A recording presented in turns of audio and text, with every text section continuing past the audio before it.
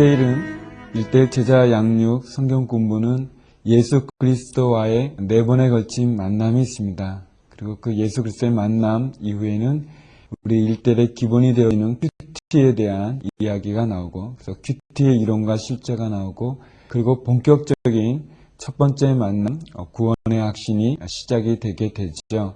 그래서 모두 1대1 제자 양육 성경 공부가 가지고 있는 강의는 16번에 걸쳐서 진행을 하게 됩니다. 예수 그리스도와의 만남은 가장 기본적인 부분이죠. 중요한 거죠. 우리가 주님의 제자가 될 때 또 주님을 따르는, 또 주님을 영접하게 되는 그러한 만남의 아주 중요한 시작이 바로 첫 번째 예수 그리스도와의 만남의 시간이라고 할 수 있습니다. 오늘은 저희가 예수 그리스도는 누구인가에 대한 그러한 주제로 함께 공부하길 원합니다. 기대하는 마음으로 같이 시작했으면 좋겠습니다. 기도하시겠습니다. 하나님 아버지, 저희에게 1대1을 공부할 수 있는 은혜를 주심을 감사합니다. 이 시간 예수 그리스도가 누구인지, 그분이 어떠한 분이신지에 대해서 나누고자 합니다. 함께하여 주시고 은혜를 주시고 우리의 공부 가운데 성령님 임재하여 주시옵소서. 예수님의 이름으로 기도드립니다. 아멘.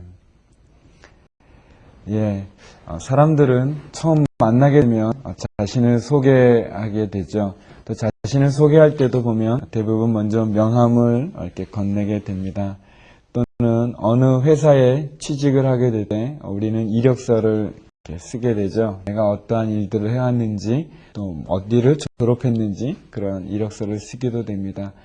그리고 대한민국 국민이라면 또 성인은 누구나 다 주민등록증을 가지고 있죠. 그래서 자신의 신분을 이렇게 보여주는, 그런 증명하는 그런 역할을 하기도 됩니다.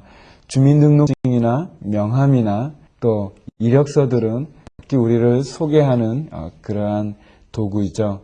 오늘 우리가 함께 나누기 원하는 예수 그리스도는 누구인가는 마치 주민등록증과 같다고 할 수 있습니다.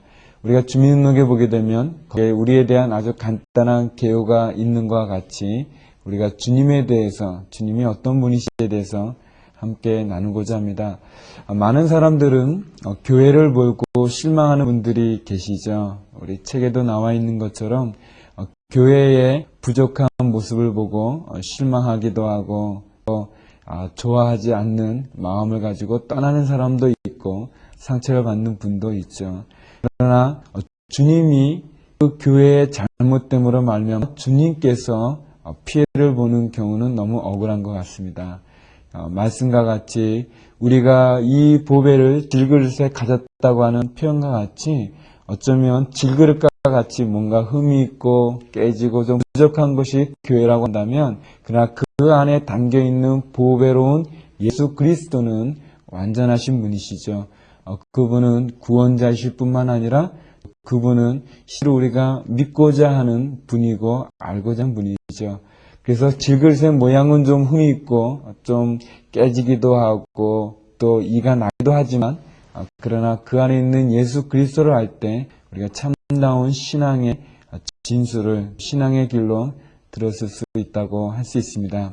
그래서 우리는 이제 먼저 예수 그리스도가 누구신지에 대해서 함께 보고자 합니다. 예수 그리스도가 누구신지요? 그분은 우리들에게 어떠한 분인지 함께 보도록 하겠습니다. 말씀 요한복음 5장 39절에 보게 되면 예수님에 대한 그러한 이야기들이 나오고 있죠. 그 말씀은 우리가 성경 말씀이고 예수 그리스도를 증거한다고 얘기해주고 있어요. 그래서 저희가 예수님이 누구인지에 대해서 많은 간증도 들을 수 있고 또 많은 이야기도 나눌 수 있겠지만, 먼저 우리가 성경에 근거해서 이 말씀을 같이, 이 말씀을 통해서, 성경 말씀을 통해서 우리가 예수님이 어떤 분이신지 같이 좀 나눠보고자 합니다. 예수님께서 어떤 분이신지요? 여러분이 예수님에 대해서 느끼는 첫 인상은 어떤 건지요? 제가 전에 공부할 때 한번 여쭤봤습니다. 예수님 하면 생각나는 것이 무엇입니까? 그렇게 물어봤더니 여러분들이 4대 성인 중에 한 사람이죠. 좋은 일을 많이 한 사람으로 알고 있습니다. 또 억울하게 십자가에 죽은 것으로 알고 있습니다. 뭐 등등 여러 가지 많은 이야기들을 하시더라고요. 여러분에게 있어서 예수님은 어떤 분이신지요?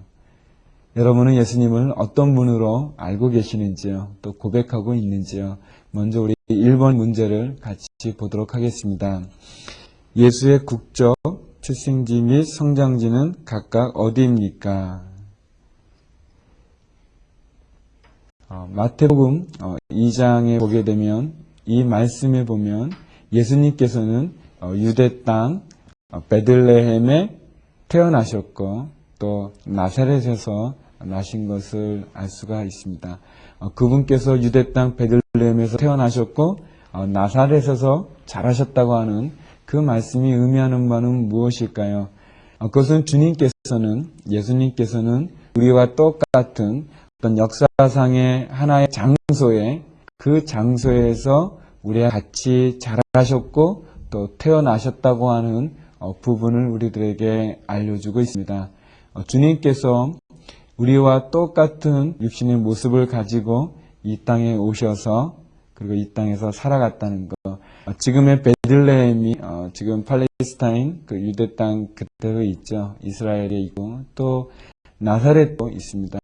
그때는 그렇게 큰 곳은 아니었지만 지금은 아주 큰 도시로 이렇게 우리들에게 있죠. 함께 있는 부분을 갖고 있습니다. 2번을 보겠습니다. 예수의 어린 시절은 어떠했습니까? 누가복음 2장 52절에 보게 되면 예수님께서 자라실 때 하나님과 사람에게 그 키와 지혜가 자라감에 따라 사랑을 받았다고 얘기해주고 있습니다. 저도 개인적으로 아이가 둘이 있습니다. 큰애가 12살이고 작은애가 8살인데 저희 아이들을 이렇게 키워보면서 또 제가 다른 아이들도 마찬가지지만 이게 점점 자라가는 모습이 얼마나 이렇게 기쁘고 또 이 아빠로서 마음이 흐뭇하고 또 좋은지 모릅니다. 물론 속상한 일도 있고 또 아이들이 아플 때는 참 안타까운 마음을 갖기도 하지만 그 아이들을 보면서 기쁨을 많이 갖죠. 아마 예수님도 그러하셨던 것 같습니다. 예수님도 자라가시면서 많은 사람들에게 사랑도 받으셨고 또 기쁨도 되셨던 것 같은데 특별히 누가복음은 주님께서 자라가실 때 하나님과 사람에게 칭찬과 사랑을 받았음을 얘기해주고 있죠. 다시 말하면 다른 여느 아이와 똑같이 자라면서 사람들과 하나님께 사랑을 받았다는 것을 말해주고 있죠. 예수님께서 어떤 분이십니까? 예수님의 어린 시절은 우리와 별 다를 바 없이 있는 장소에서 또 자라가는 그런 모습을 보여주고 있죠. 계속해서 3번은 성경에서 예수가 어떻게 묘사되어지고 있는지를 우리들에게 질문하고 있습니다. 첫 번째 마태복음 4장 2절입니다.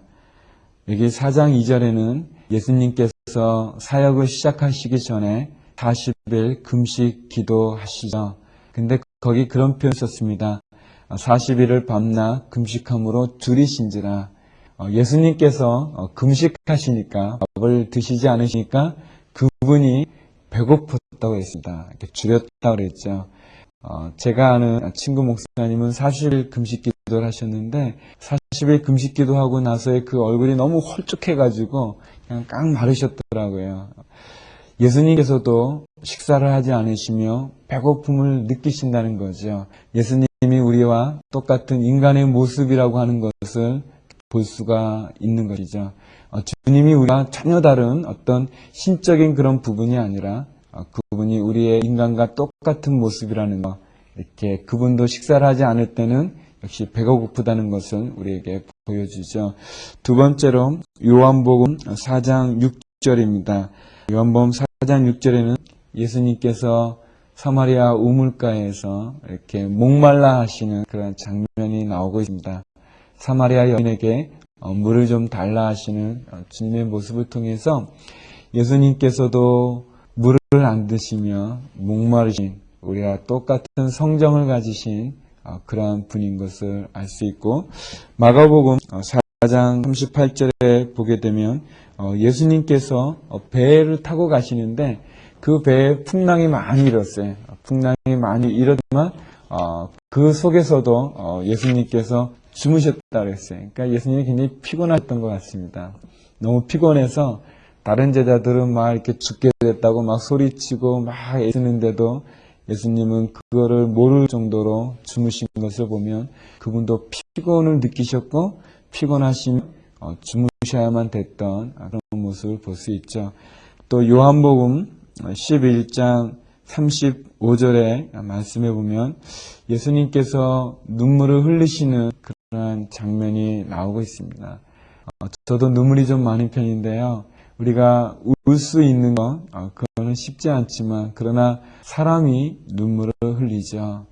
또 하나님께서 예수님도 슬픈 일을 당하셨을 때 그의 마음에 슬픔과 고통이 있을 때 눈물을 흘리신다고 성경은 우리에게 분명히 기록을 해주고 있습니다. 주님은 이렇듯 그분이 줄이실 때 배고픔을 느끼시기도 하시고 또 물을 안 드셨을 때 목마르시기도 하시고 피곤하실 때는 주무셔야만 됐고 슬픈 일이 그의 마음속에 있을 때 그분이 또 눈물을 흘려야 되는 나사로를 보고 그의 친구를 보고 눈물을 흘리신 주님의 모습을 보면 주님이 우리와 특별히 다르지 않는 분이라는 것을 알 수가 있습니다. 우리를 위해서 눈물을 흘리시는 예수님의 모습은 굉장히 인간적이라고 할 수 있고 또 그러한 모습이 얼마나 우리에게 친근감 있게 다가오는지요. 이러한 예수님의 모습에서 여러분은 무엇을 느끼시는지요? 또 당신은 어떤 것을 느끼시는지요? 저는 개인적으로 제가 남자임에도 불구하고 설교를 할 때 가끔 눈물이 날 때가 있어요. 그런 모습이 나사로의 죽음 앞에서 눈물 흘리시는 예수님의 모습이든 또 회개하지 않은 예루살렘 성회를 바라보시면서 우시는 주님의 모습이 굉장히 위로도 되고 또 배고파서 굶주리셔서 줄이신 그런 예수님의 모습이 굉장히 저에게 친근감 있게 다가옵니다. 여러분은 어떤지요? 제가 믿음이 없을 때 또 예수님을 잘 몰랐을 때는 단지 예수님은 이렇게 멋있는 이렇게 수염을 하고 이렇게 뭔가 신적인 그런 존재로만 느껴졌는데 인간적인 이런 예수님의 모습이 아주 제가 더 가까이 나갈 수 있는 또 이야기도 나눌 수 있고 그 고민도 나눌 수 있고 또 고통도 함께 할 수 있는 그런 친근한 예수님의 모습으로 다가옵니다. 여러분은 어떠십니까? 계속해서 문제를 보면 4번에 히브리서 4장 15절을 읽어보십시오. 예수는 어떤 면에서 우리 인간과 같습니까? 예수는 어떤 면에서 우리 인간과 다릅니까? 히브리서 4장 15절은 우리에게 있는 대제사장은 우리 연약함을 채울하지 아니하는 자가 아니요 모든 일에 우리와 한결같이 시험을 받은 자로되 죄는 없으시니라. 여기 보면 예수 그리스도를 이야기할 때 예수님은 우리와 똑같이 우리의 연약함, 우리의 부족한 인간이기 때문에 가져야 되는 그런 나약함의 모든 부분들을 가지셨다고 그랬습니다. 그분은 우리의 연약함을 채울하셨던 분, 다시 말하면 그것을 같이 느끼셨다는 거죠. 우리가 인간적으로 많은 유혹을 받는 그 유혹도 그 주님이 느끼셨고 또 많은 시험에 빠져서 실망하고 좌절하고 절망하는 그런 순간도 그분이 느끼셨고 또 그렇게 느끼실 뿐만 아니라 그분이 그것에 대해서도 괴로워하시고 똑같은 감정들을 갖고 있는 모습을 보여주시죠. 그런 점에서 그분은 우리와 같습니다. 인간 예수를 우리가 느낄 수 있는 거죠. 그러나 그분은 히브리서는 우리들에게 그러나 그분은 죄가 없다고 얘기하고 있습니다. 그 부분에서 주님이 우리와 같지만 그러나 다른 그분의 신성의 부분이 나오고 있는 거죠. 죄를 가진 사람, 죄를 갖지 않은 사람은 이 세상에 아무도 없을 것입니다. 아무리 윤리적으로 도덕적으로 선하게 살아간다 할지라도 그 사람이 죄를 짓지 않은 사람은 없죠. 우리가 이 죄의 영향력을 벗어날 수 있는 사람은 아무도 없습니다. 그러나 주님은 그 죄가 없다고 성경이 증언하고 있습니다. 이 부분이 주님이 우리와 같은 인간적인 인성의 모습을 가지신 것과 함께 그분이 신성의 요소를 가졌다고 하는 것을 우리에게 가르쳐주고 있습니다. 어떻게 주님은 죄가 없으신 걸까요? 그것은 주님이 자기 자신을 우리에게 표현해줬던 요한복음 10장 30절에서 31절을 우리가 보면 그 말씀이 나와 있습니다. 그 본문을 통해서 예수님께서는 나와 하나님이 하나다라는 그런 이야기를 하고 있습니다. 다시 말하면 주님이 하나님이라는 거죠. 주님이, 예수님이 신이라고 하는 것을 증언을 해주고 있습니다. 여기에서는 우리가 두 가지를 볼 수 있겠죠. 한 가지는 그분이 말씀 그대로 그것이 진리여서 그분이 하나님이든 아니면 그분이 거짓말을 하고 있는 것이다. 사기꾼이든지 아니면 그분이 하나님이든지 이 주님의 말, 나와 하나님이 하나다라고 하는 그 부분에서는 그런 것을 알 수가 있죠. 이 두 가지 중에 하나인데 우리가 먼저 그러면 예수님 자신이 그렇게 증언했는데 예수님 자신은 그렇게 이야기를 하지만 다른 사람들은 예수님 주변에 있었던 사람들은 예수님을 어떻게 보았는지 어떻게 평가했는지를 같이 살펴보았으면 좋겠습니다. 6번에 보면 요한복음 5장 23절에서 예수는 자신이 하나님과 똑같이 공경을 받으실 분이라고 말했고 또 요한복음 14장 9절에서도 예수님께서는 자기를 본 자가 곧 하나님을 본 자다. 자기를 본 자가 곧 아버지를 본 자다라고 동일시하고 있습니다. 그러면 우리가 다시 한번 예수님 자신은 이렇게 얘기를 하셨는데 예수님 당신께서는 그렇게 자신이 하나님이라고 하는 신이라고 하는 부분을 밝히셨는데 예수님 주변에 있었던 다른 사람들은 어떻게 이야기하는지를 같이 살펴보았으면 좋겠습니다.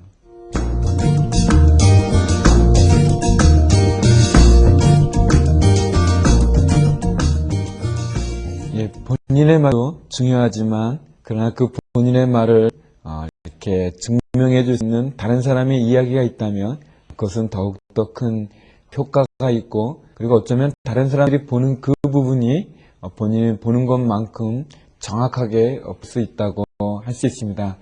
7번 문제는 세 부류의 세 명의 사람들이 예수 그리스도를 각각 그 주변에서 아주 가까이에서 보았던 부분이죠. 먼저 첫 번째 마태복음 14장 33절은 예수님의 제자들입니다. 그들이 거친 풍랑이 있는 그 풍랑 속에서 그들이 풍랑을 잔잔케 하시는 예수 그리스도를 볼 때 그 제자들이 그런 고백을 하고 있지 않습니까? 배에 있는 사람들이 예수께 절하여 가로되 진실로 하나님의 아들이로소이다. 사랑하는 여러분, 하나님께서 예수 그리스도를 이 땅에 보내주셨을 땐 우리 인간과 똑같은 모습으로 보내주셨죠. 그래서 우리가 느끼는 슬픔과 고통과 눈물도 그분이 겪으셨지만 그러나 그분이 우리와 다른 점은 그분이 이 세상의 자연을 지배하시는 하나님의 아들이라는 그러한 부분입니다. 그것을 제자들이 고백하고 있죠. 예수님과 가장 가까이 있었던 제자들이 그런 고백을 하고 있습니다. 두 번째는 마태복음 27장 54절의 고백입니다. 27장 54절에 보면 백부장과 및 함께 예수에 있었던 사람들이 예수님을 십자가에 못 박는 것입니다. 다시 말하면 여기서 예수님에 대해서 밝히고 있는 백부장이라는 사람은 예수님을 십자가에 못 박은 책임자죠. 바로 그 곁에서 본 사람이죠. 그러니까 어쩌면 제자들은 예수님을 사랑하기 때문에 그분의 하나님의 아들이다 그렇게 고백할 수 있지만 백부장은 예수님과 전혀 관계없는 사람입니다. 전혀 모르는 사람이고 또 그는 그 예수님을 죽였던 사람인데 그 백부장이 십자가의 모든 사건의 부분들을 통해서 마지막 내린 그 결론이 무엇이냐면 성경은 이는 진실로 하나님의 아들이라 라고 이렇게 고백한다는 거죠. 여기에서 보면 백부장이 얘기하는 증언을 통해서 예수님의 거룩한 신성이 드러난다는 것을 볼 수 있습니다. 그리고 세 번째는 예수님의 제자들 중에 의심하는 제자가 있었습니다. 다시 말하면 예수님이 부활하셨는데 그 부활을 의심했던 도마라고 하는 제자가 있었습니다. 근데 이 재미있는 건 어느 다 그런 것 같아요. 이게 사람들이 꼭 같이 설교를 들어도 그렇고 또 제자도 그렇고 다 이렇게 그중에 삐딱한 한 사람이 좀 있어서 잘 듣지 않고 또 의심하는 그런 부분인지 모르겠는데 어쩌면 의심만 도마라고 하는 제자를 통해서 다시 한번 예수님의 부활이 더 분명하게 증명되어지는 그런 요소가 있는 것 같습니다. 이 도마는 그런 말을 했습니다. 내가 내 손을 직접 그 예수님의 옆구리에 넣어보지 않고서는 내가 예수님을 믿을 수 없다. 그분의 부활을 믿을 수 없다. 이렇게 고백했습니다. 요한복음 20장 28절에 보면 이 의심 많은 제자 도마에게 주님이 나타나셔서 내 손을 내 옆구리에 넣어보라. 그리고 믿음 없는 자가 되지 말라고 얘기해 주죠. 그때 도마가 뭐라고 고백합니까?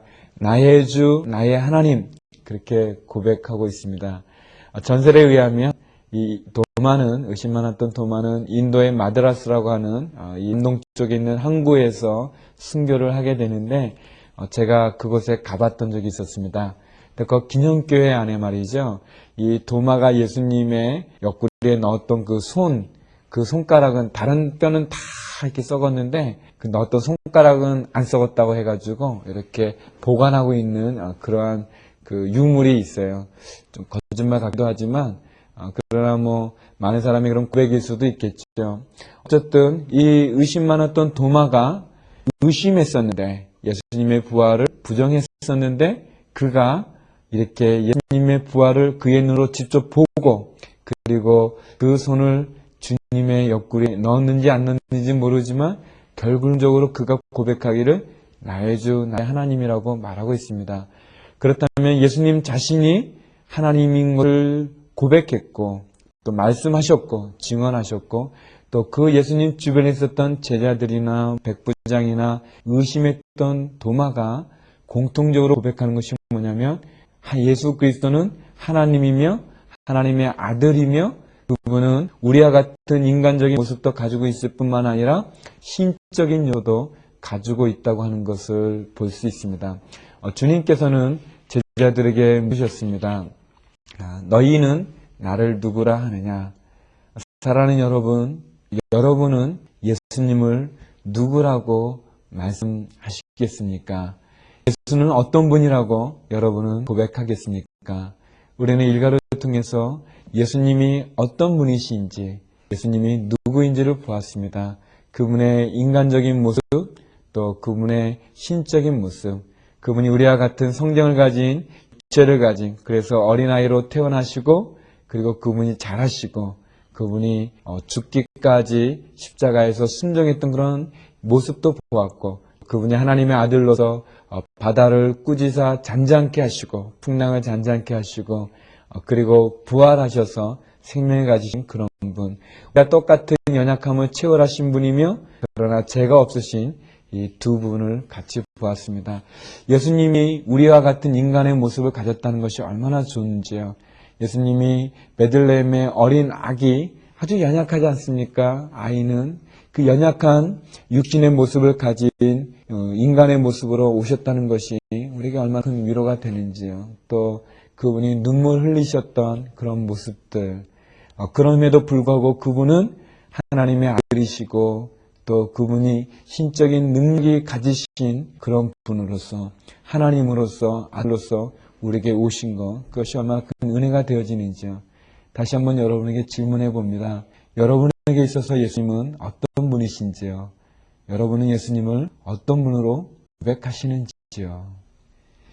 여러분이 예수님이 어떤 분이신지 고백하는 그런 시간이 있기 바랍니다. 기도하시겠습니다. 거룩하신 아버지 하나님, 예수님께서 하나님의 신성을 가지신 분인가 동시에 우리와 똑같은 인성의 모습을 가지신 분이 우리에게 얼마나 큰 위로와 축복이 되어지는지요. 우리가 당하고 있는 고통과 아픔과 슬픔을 주님도 겪으셨고 그래서 주님도 목마르시고 줄이시고 피곤하면 주무셔야만 되는 그 모습이 얼마나 저희에게 위로가 되는지요. 내가 당하는 어려움도 주님이 이해할 수 있다는 것이 얼마나 감사한지요. 그러나 죄가 없으신 주님, 또 하나님의 아들이신 주님, 그 하나님의 아들이시고 죄가 없으신 예수님께 그래서 우리가 기도할 수 있다는 것이 또한 얼마나 감사한지요. 하나님, 너희는 나를 누구냐라는 질문을 질문하셨던 예수님처럼 오늘 저희에게 주님은 어떤 분이신지요. 그것을 생각하며 또 말씀 속에서 대답 얻기를 소원합니다. 예수님의 이름으로 기도드립니다. 아멘.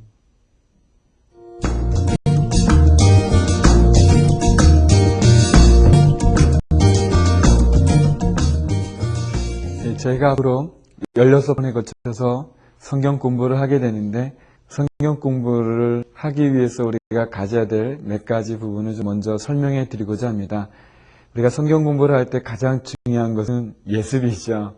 일단은 예습을 해온 상태에서 이 공부가 진행이 되어지게 됩니다. 그것이 동반자든 양육자든 저희가 예습을 해야 됩니다. 그러니까 여러분이 먼저 이 말씀들을 이렇게 공부해 오신 상태에서 이 강좌 가운데 들어갈 때 그때 저에게 더 많은 효과와 더 많은 배움을 얻을 수가 있습니다. 그리고 저희에게는 매 가마다 성경 암송 구절들이 있습니다. 예를 들면 예수 그리스도에 대한 부분에는 갈라디아서 2장 20절, 또 요한복음 15장 5절 이렇게 매 가마다 2개의 성경 구절들이 주어집니다. 그 말씀들을 암송을 해야 합니다. 그리고 그 암송한 그 말씀이 또 우리에게 늘 잘 반복돼서 기억되도록 계속해서 복습해야 되겠죠. 또 하나 우리에게 중요한 것이 있다면 큐티입니다. 물론 우리가 큐티를 나누지는 않을 것입니다. 그러나 저희가 실제로 이것을 가지고 공부를 해야 될 때는 여러분이 동반자를 만난다거나 또 다른 사람에게 가르치려 할 때는 우리가 평소에 매일 해온 큐티를 가지고 그 큐티를 먼저 삶에 나눔의 시간을 갖는 겁니다. 일대는 단순한 성경의 지식을 전달하는 것이 아니라 우리의 삶을 나누고 우리의 가정 속에서 어떻게 이루어지는가를 나누는 거죠. 그래서 저희는 큐티는 나누지 않겠지만 여러분이 매일매일 큐티를 해오고 큐티한 부분들을 서로 나누고 그리고 기도하는 그런 것으로 이 공부를 하게 되는 거죠. 예습을 하고 성경을 암송하고 큐티를 나누고 그리고 같이 공부하고 적용하는 그런 부분을 준비해 주시기 바랍니다.